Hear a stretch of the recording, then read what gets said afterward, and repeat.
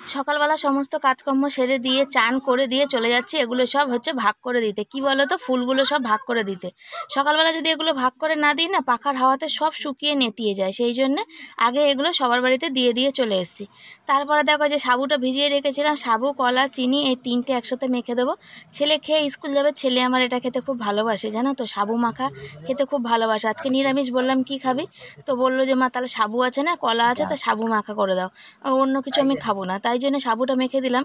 আর এই দেখো সব বাসন কোসন ধুয়ে রেখেছি, সব এভাবে পড়ে আছে, যেখানে ওষুধ খেয়েছি সেইখানে পড়ে আছে, শরীরটা ভালো না তো সেই জন্যে।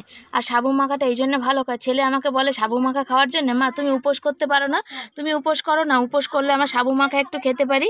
কিন্তু উপোস তো করা, সাবু মাখা খেতে গেলে কি উপোস করতে লাগে বলো? তাই জন্য ওকে জিজ্ঞাসা করছি কেমন হচ্ছে, দেখো মাথা পাতা না আছড়েই আগে সাবু মাখা খেতে বসে পড়েছে, সাবু মাখাটা খাচ্ছে, ওর খেতে খুব ভালোবাসে। আমি বললাম যে উপোস করতে লাগে সাবু মাখা খাওয়ার জন্য, তো এমনিতেই সাবু মাখা খাওয়া যায়, তুই কি খাবি, তাহলে তুই সাবু মেখে দিচ্ছি, তাহলে তুই খেয়ে নে। বলছে হ্যাঁ মাখো, তাহলে আমি খাবো। খাওয়া হলো, সব খাওয়া হলো, কাজে হাত লাগানো যাক। কালকে বেড কাভার ফেড কাভার গুলো ধুতে পারিনি, আজকে বেড কাভার বালিশের ঢাকনা সব খুলে নিয়ে ওগুলো সব দিয়ে তারপর কাঁচা ধোয়া করে নি।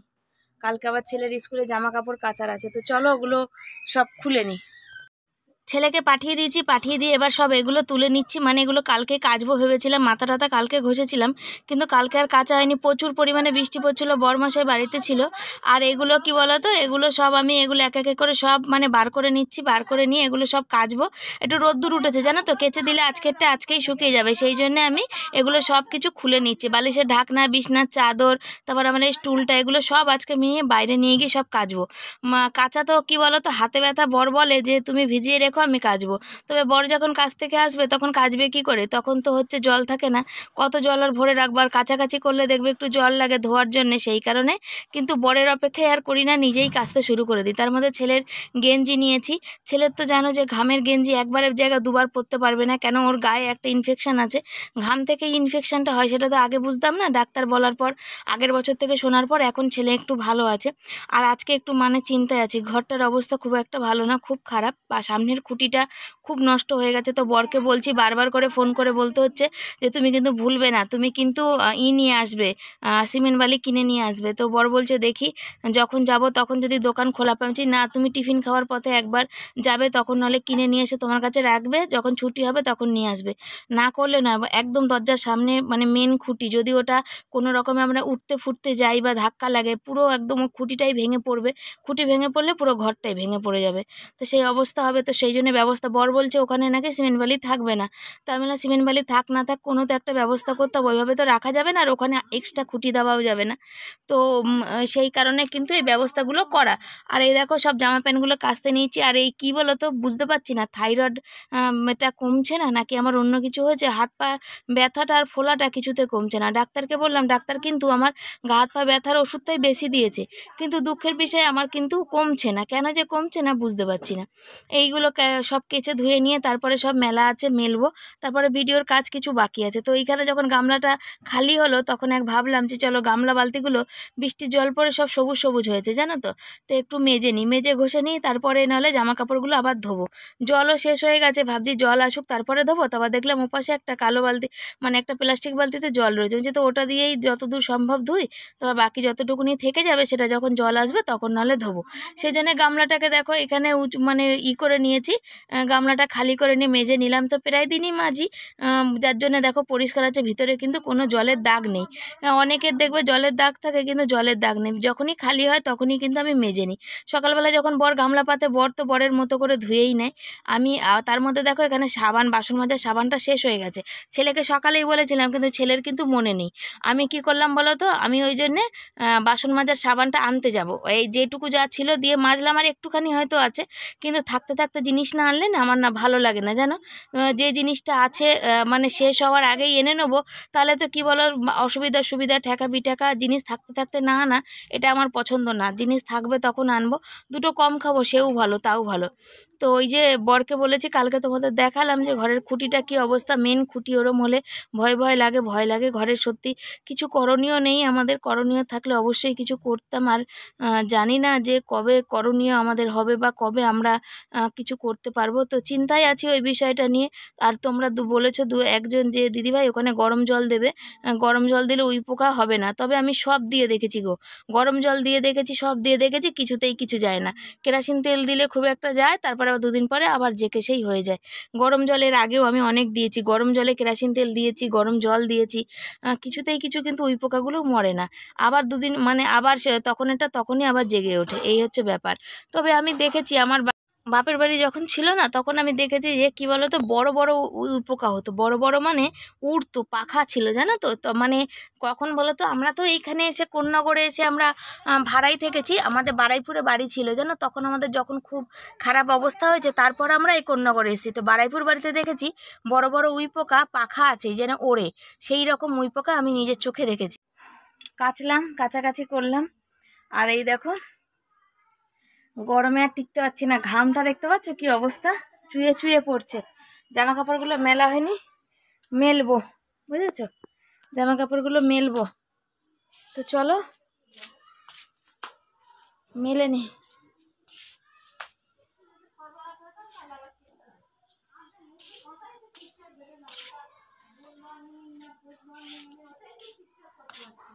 ছেলের কালকে জামা প্যান্টগুলো আজকে মেলেছি, কিন্তু কালকেরগুলো শোকায়নি, বুঝছো তো। ঘরে রাত্রিবেলা কালকের পাখার তো চলছিল, পাখার তলা দেয়নি, আর ওগুলো শোকায়নি। এখন এই যে এই সাইডে মেলি, এগুলো এই সাইডে শোকাক, সকালবেলা মেলেছি, ভুল হয়েছে, সকালে ওগুলো জামা প্যান্টগুলো মেলতে মেলতে অনেকটা দেরি করে ফেলেছি জানো, যার জন্য ওগুলো শোকায়নি, না এতক্ষণ শুকিয়ে যেত। আর খানিকটা ধুয়েছি আর খানিকটা রয়েছে, তো চাদরটা রয়েছে আর কি, জল আসুক তারপরে ধোবো। তো চলো এই কটা মেলে নিই, তারপরে চাদরটা জল আসুক ধুয়ে আবার মেলবো। জামা কাপড় কেচে নিয়েছি, বরকে ফোন করেছি, মাকে ফোন করেছি, এখন তো ডিউটি, বরকে ফোন করা, মাকে ফোন করা, এই দুজনকে ফোন করাটা হচ্ছে আমার ডিউটি। তো জামা কাপড়গুলো কাঁচা হয়ে গেছে, একে একে সব মেলে নিচ্ছি।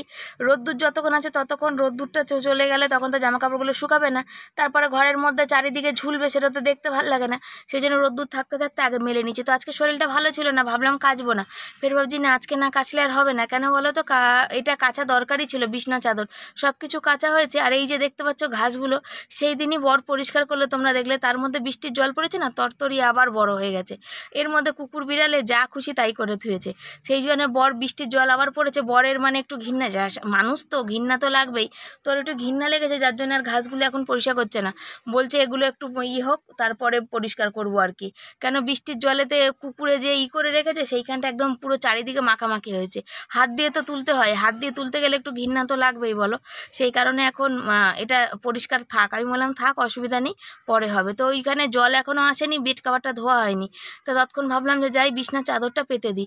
আগে এমন দিন ছিল যে একটাই চাদর ছিল, যে চাদরটা তুলতাম, কাচতাম, তারপরে শুকালে আবার পাততাম। তো এখন ঠাকুরের দয়ায় দিনটা মানে মানুষের ঠিকঠাকই আছে, যে একটা কাচলে আর একটা পাততে পারি। তো একদিন এরকমও দিন কাটিয়েছি আমরা, আসল কথা যখন এইসব দিনগুলো মনে পড়ে না, তখন পিছনের স্মৃতিগুলো অনেক কিছু মনে পড়ে। এই বর্ষা আসলে, আগে তো বরের মানে মাসের মধ্যে 10 দিন কাজ হতো না, তখন ছেলে নিয়ে তখনও কিন্তু ভালো ছিলাম, কিন্তু এই এত টেনশন ছিল না। আর এখনকার দিন যত উন্নত হচ্ছে, টেনশন যেন মানুষের জীবনে তত যেন বেশি করে বাড়ছে। শ্যাম্পু আর সাবান নেই জানো, শ্যাম্পুটাও লাগবে, সাবানটাও লাগবে, দুটো জিনিস আগে নিয়ে চলে আসি।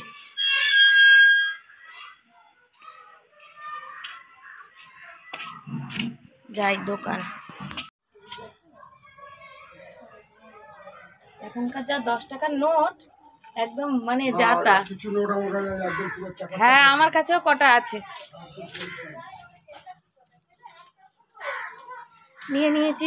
ছেলেকে সকালে বলেছিলাম বরের যদি লাগে শ্যাম্পুর পাতা, দেখছি অর্ধেক অর্ধেক করে অনেকগুলো আছে, গোটা কম আছে, এখানে শ্যাম্পু আর সাবানটা নিলাম, বুঝেছো। বা হাতে আমি ধরতে পারি না, আমার বা হাতটা ব্যথা করে, প্রচুর ব্যথা। এখন রান্না হয়নি, রান্না হবে, কটা পুঁই গাছের ডগা কাটবো, বরের জন্য এনে রাখলাম।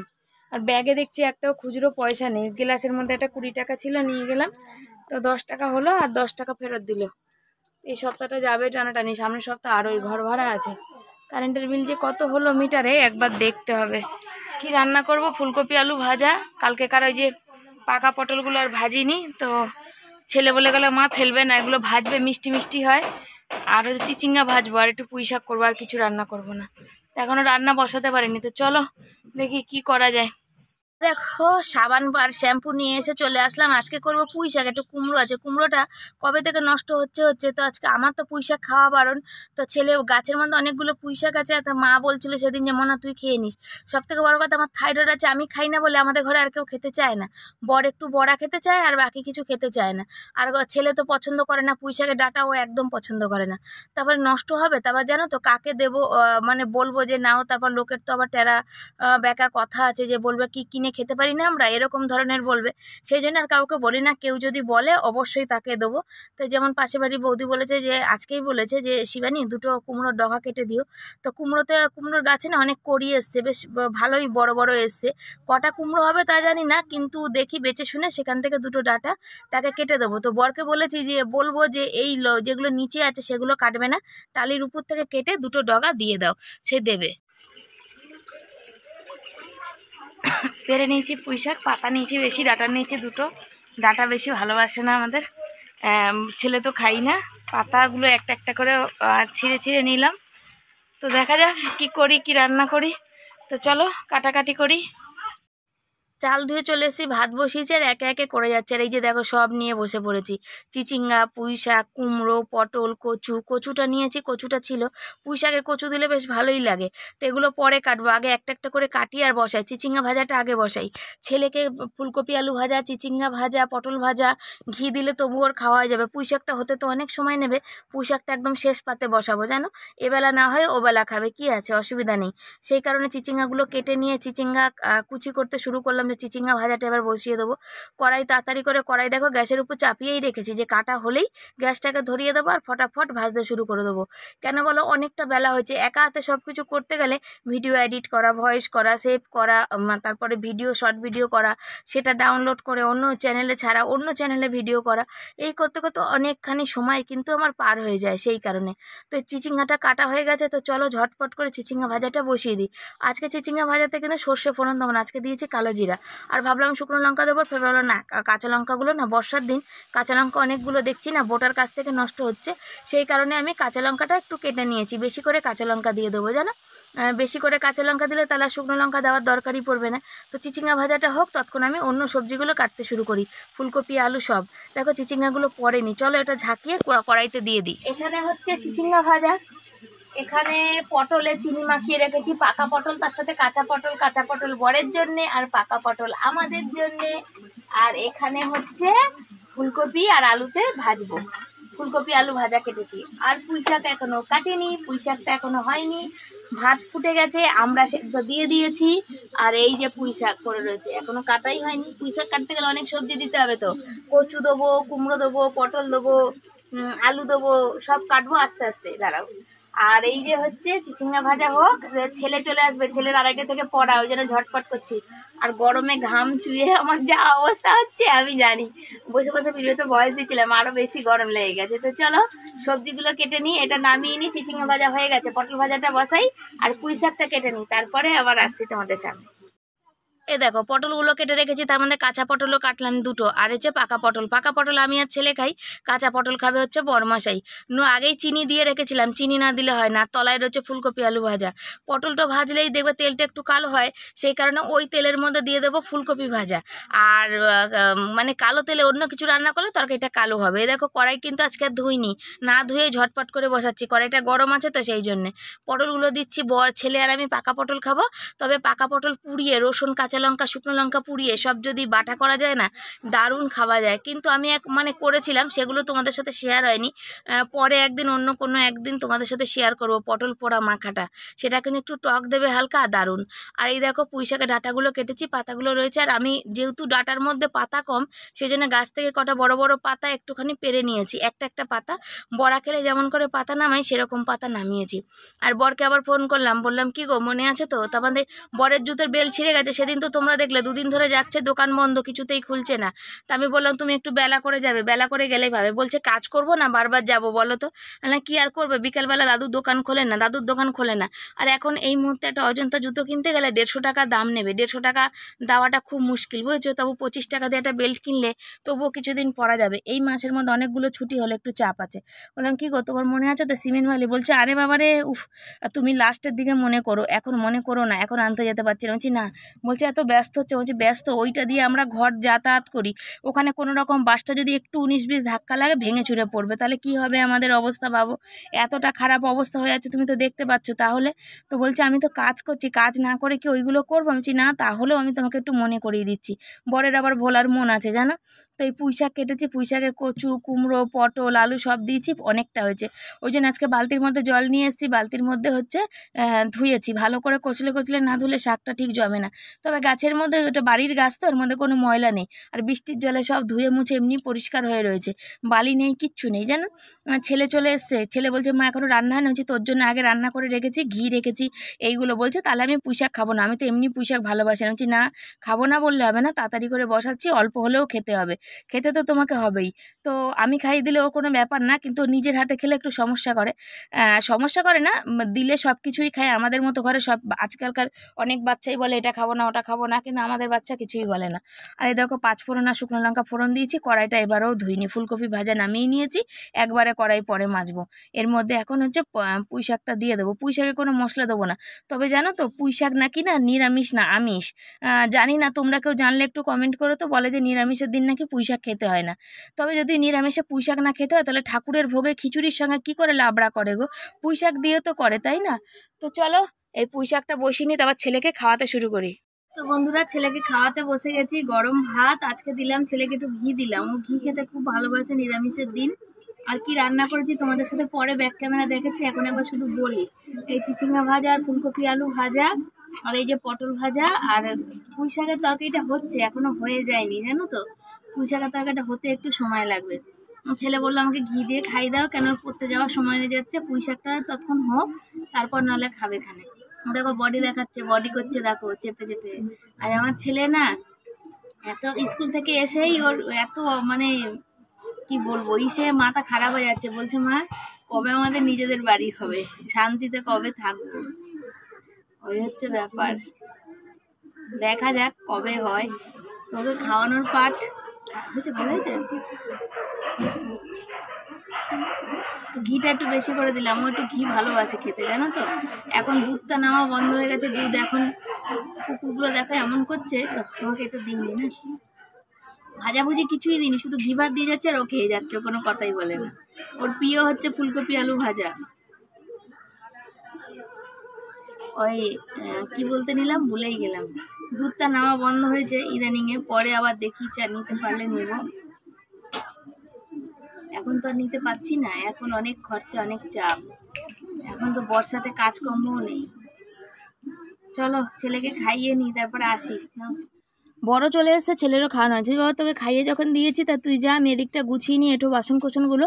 কেন ও পড়তে যাবে, পড়তে গেলে রাস্তায় যাবে, তখন কি এঁটো বাসন থাকবে বলো? তখন তো ধুতেই হবে।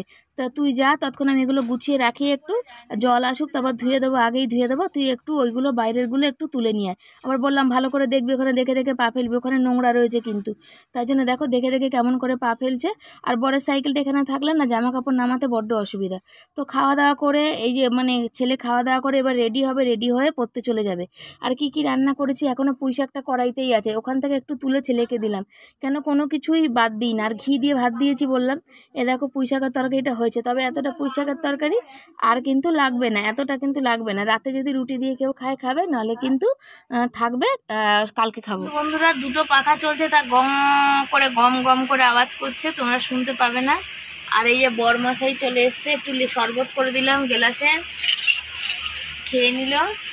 আর আমি এখন বরের ভাত বাড়বো। ছেলে চলে বেরিয়ে গেল পড়তে, 3:15 থেকে পড়া, 2:30 থেকে না, 2:30 আজকে মেসেজ করেছে এই মাত্র, খাইয়ে দাইয়ে দিলাম, তারপর 3:15 চলে গেছে পড়তে। ও একেবারে রাত্রি 9:30 তো বাজবে, 2 জায়গায় পড়া আছে, সেখানে পড়ে।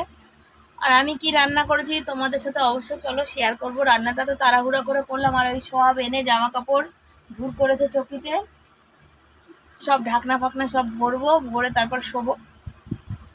কি হেঁচকি উঠছে।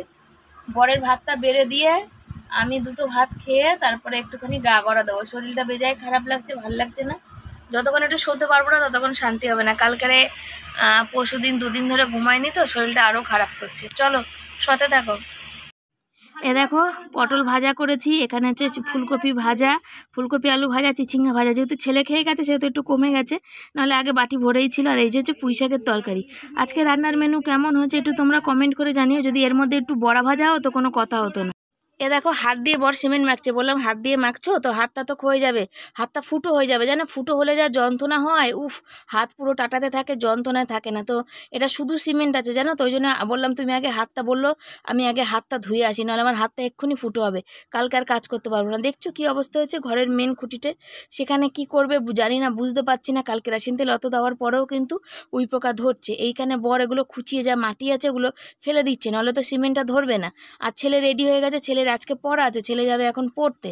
সেখানে দেখো আমি বললাম বস্তাটা উপর দিকে তুলে দাও, তো বড় ওই দেখো উপর দিকে কোথায় রাখবে, থাকছে না।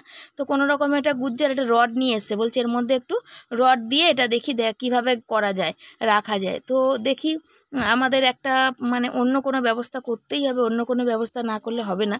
অন্য ব্যবস্থা আমাকে মানে করেই রাখতেই হবে, অন্য ব্যবস্থা করতেই হবে। দেখি জায়গা কেনার কথা এবার মানে চিন্তা ভাবনা সেদিকে করতে হবে, ধার হোক যাই হোক করতে হবে, করে আবার আস্তে আস্তে কাজকর্ম করে শোধ করতে হবে। একটু জায়গা আমাকে কিনতেই হবে, মাথা গোঁজার ঠাঁই করতে হবে, নাহলে তো কদিন এইভাবে চলবে, এইভাবে চলার মতন না। আর অন্য জায়গাতে অনেক টাকা, প্রচুর টাকা, সেখানে আমি দিয়ে উঠতে পারবো না। তার থেকে সেই টাকাটা দিয়ে আমি লোন ফোন নিয়ে লোন টোন শোধ করবো বা কারো ধার শোধ করবো, তাও ভালো। তো এখানে খুঁচিয়ে খুঁচিয়ে বড় রডটা দিয়ে খুঁচিয়ে খুঁচিয়ে ভিতরে দিচ্ছে, কেন ভিতর অবধি একদম পুরো নষ্ট করে দিয়েছে। আগেই নষ্ট ছিল, তবে এবার একটু বেশি হয়ে গেছে। তো এই হচ্ছে অবস্থা আমাদের, বুঝতেই পারছো যে কেমন। তো বরকে বলছিলাম যে তুমি যে এবার দেখো লোন ফোন তুলি, ধার দেনা করি, খোঁজখবর করো কোথাও একটু কমে পেলে, তখন নাহলে একটা ব্যবস্থা করি একটা জমির। তো বললো দেখো কি করা যায়। আর এই দেখো বাস দেখতে পাচ্ছ পুরো একদম সিমেন্টে লেবড়িয়ে মানে লেপটিয়ে দিয়েছি, যাতে মানে গোড়াটার মানে একদম নরম না হয়। তো বর বললো এটা কোনো কাজ হবে না, একটু নড়াচড়া পড়লেই কিন্তু এটা আবার খুলে চলে আসবে। শুধু মানে কি বাসের ভিতর সিমেন্ট কি থাকে।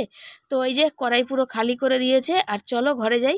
তো ঘরে আসলাম, সেই বালিশের ঢাকনাগুলো বলেছিলাম দুপুরে পাতবো, আর শরীরটা এত খারাপ লেগেছে, আর বালিশের ঢাকনাগুলো আর মানে ভরতেই পারিনি, আর ছেলেও ভরে দেয়নি, বড় ভরেনি, আমি এখন ভরছি। তো ভিডিওটা মনে হচ্ছে আজকে অনেক বড় হয়ে গেছে, রাত অবধি আর গড়াবো না। তো আজকে ভিডিও এখানে শেষ করব। কেমন লাগলো অবশ্য কমেন্ট করবে, লাইক কমেন্ট শেয়ার করবে, যারা চ্যানেলে নতুন বন্ধু চ্যানেলটাকে সাবস্ক্রাইব করবে, আর অনেক অনেক করে শেয়ার করবে, অনেক অনেক কমেন্ট করবে। দুদিন ধরে আমি একটু কমেন্টে রিপ্লাই করতে পারছি না, নেট থাকছে না, সেই জন্যে তোমাদের কাছে আমি ক্ষমা প্রার্থী। তবে সব কমেন্টের উত্তরই আমি একসাথে দেবো, তোমরা ভেবো না। তবে সবার কমেন্ট আমার পড়া হয়ে গেছে, ভেবো না যে কারোর কমেন্ট পড়িনি, সবার কমেন্টের উত্তর আমি একসাথে দেবো। তোমরা সবাই খুব ভালো থেকো, চারিদিকে ডেঙ্গু হচ্ছে, তোমরা খুব সাবধানে থাকবে, বাড়ির আশেপাশে জল জমা থাকলে সেখানে ওষুধ দেবে, আর খুব ভালো থেকো তোমরা।